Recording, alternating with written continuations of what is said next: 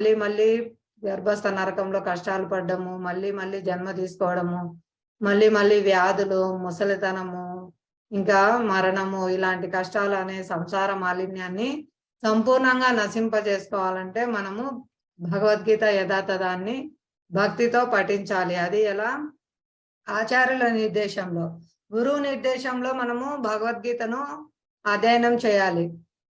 దీనికి మనం ఏం చెప్పుకోవచ్చు అంటే, మీ పిల్లలు ఉన్నారు, మీ పిల్లల్ని స్కూల్కి ఎందుకు పంపిస్తున్నారు? మీరు ఇంట్లోనే చెప్పుకోవచ్చు కదా. మనం పుస్తకాలు, కొందరు అంటారు భగవద్గీత ఎందుకండి గురువు దగ్గరికి వెళ్ళి చదువుకోవడం, కొనుక్కొని వచ్చి మన ఇంట్లోనే చదువుకోవచ్చు కదా భగవద్గీత అని.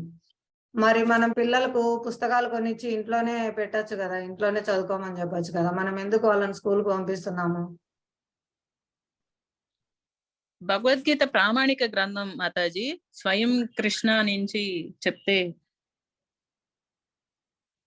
అవును, కృష్ణుడు స్వయం చెప్పారు.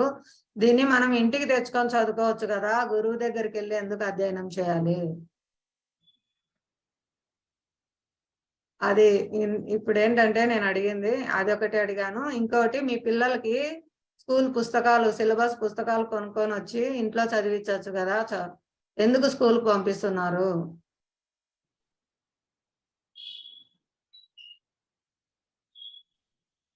పిల్లల్ని ఇంటి దగ్గరే చదివించవచ్చు కదా పుస్తకాలు కొనిచ్చి, స్కూల్కి ఎందుకు పంపిస్తున్నారు? మాతాజీ ఎవరైనా చెప్తారా?